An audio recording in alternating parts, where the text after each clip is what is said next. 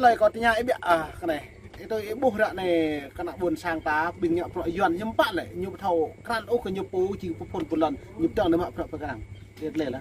sân có bộ này hình sẽ si kring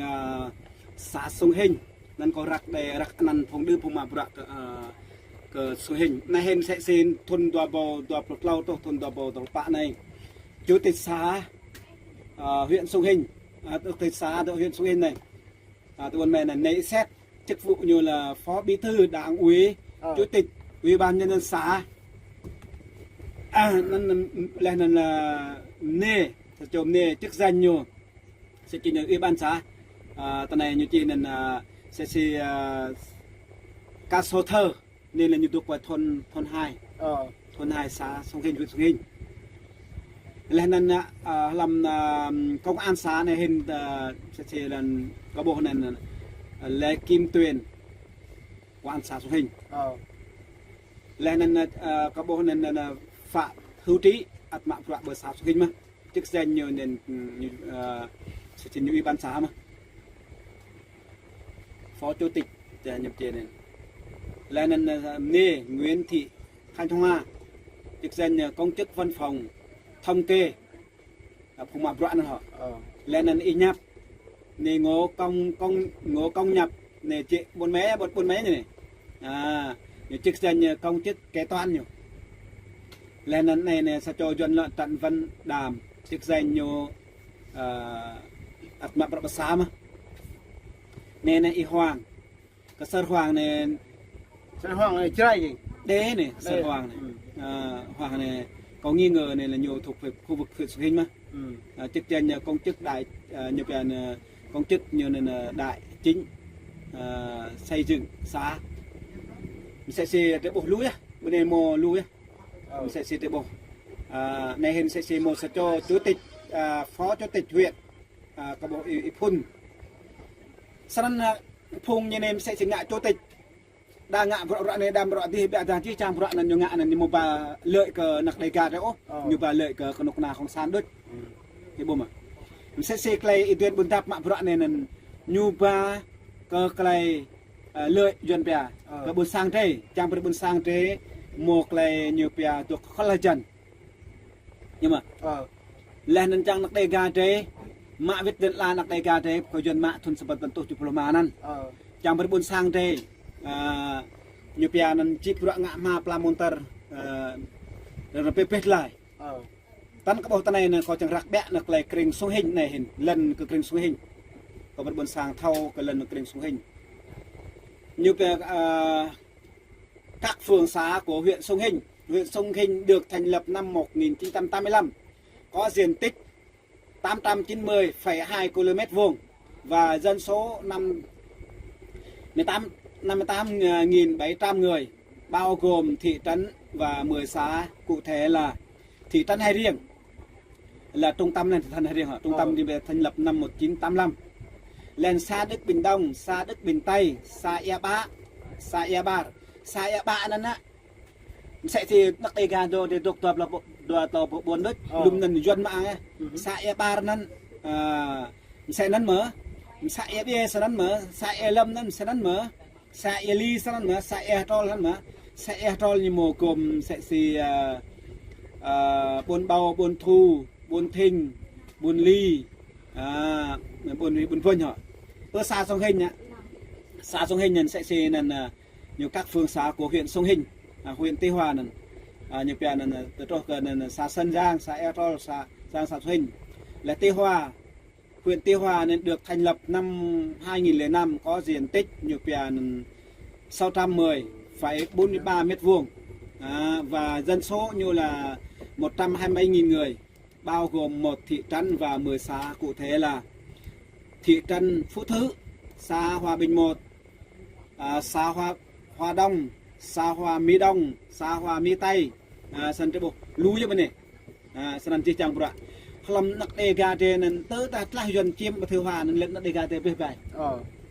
Nên nhắc lại cái nọc na buôn sang thế nên sẽ chỉ lại nên ta bạn bữa hàng lại cái được cái tin tức này nên chia chẳng bữa như lại nên để trong phá nhà nước chia rẽ đoàn kết dân tộc. Đây là chính phùng sẽ xì lại này phùng mạng vợ cờ duyên nhá sẽ xì để bộ này bên này còn một lần sẽ có lại này là y xét như ngại chỗ tịch xá huyện xã Sông Hình huyện Sông Hình tỉnh Phú Yên là y xét này là lu sẽ xì có so thơ là nên có sơ hoang là nên tận này nên sẽ xì chế bộ các bạn hết này bị phải hết này còn bốn ai như bốn thự này như này như mạng vạn bên xã hội chức danh như là công chức như là làm xã hội sân đã bao nhiêu mạng vạn này mạng vạn tàu chuyên đốt thế nào thế mà vạn đây này nên sân này là cá so hờ vi nên là thuộc về thôn 2 chủ tịch hội phụ nữ xã này thương nạc mặt thương buồn kịp Sông Hình Phú Yên này y thương chủ tịch hội nông dân xã nhung mà đồng rồi từ pa mà lại mà vợ rầm rạ bị nhồi sọ nhá bình này nó thầm thổ sân ta mà vợ ta lại nên như lại ta là sa chôm nuôi trong công sản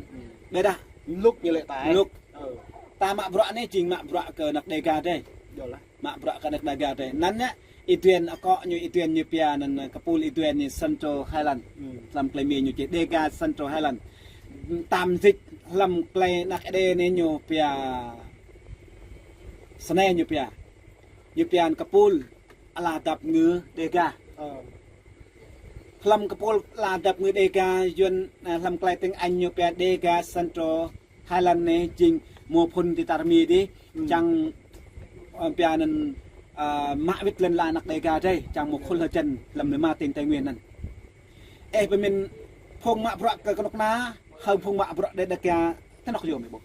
tôi có buộc lại là ta lại pip bằng vợ ta hiểm mạ mơn đã rằng của mạ vợ pồi á dòm mạ vợ rằng này xích hơi dòm mạ vợ rằng nó đang prem ma sắc các sa xấu tôi mạ vợ ta pối nó lòng la chèm sang nổ nó chèm buồn sang tán đấy nó từ cái buồn này sau này ông để buồn sang tế bộ làm từ tarmi thì này hẹn lú Kapul nặc đề cả đây làm con na con sàn nhiều mứt xạ nhiều pia từng pem gan nhiều lại phung nhiều pia nên momo ino làm tí buôn sang thì tập người Tây Nguyên để ra chỉ trang vợ phung buôn sang đây sẽ chỉ đến buôn tập nhiều mạ vợ sẽ chỉ nhiều ngã cơ clay cọm chi nhiều pia nên Dega Central Highland là nan nhiều Kapul là tập ngữ Dega để là charmi đi chẳng đậu tranh dần về chẳng mạ lần là nặc tập ngữ đây vịt cái Dega đây một pre dần còn lại là con này làm riêng cái nọc nhiều pia nên cái tình nhiều pia nên cố độc cả bộ chí sẽ xì cái triết làm nhiều pia huyện Tây Hòa được thành lập vào năm 2005 có diện tích 610,3 km vuông và dân số 127.000 người bao gồm một thị trấn và 10 xã cụ thể là Lâm Nần Trần Phú Thứ, xã Hoa Bình 1, xã Hoa Đồng, xã Hoa Mỹ Đông, xã Hoa Mỹ Tây, xã Hoa Phong, xã Hoa Phú, xã Hoa Tần Tây, xã Hoa Thịnh, xã Sơn Thanh Đồng, xã Sơn Thanh Tây, như về các phương xã của huyện Tuy An. Huyện Tuy An có diện tích 345 mét vuông và dân số như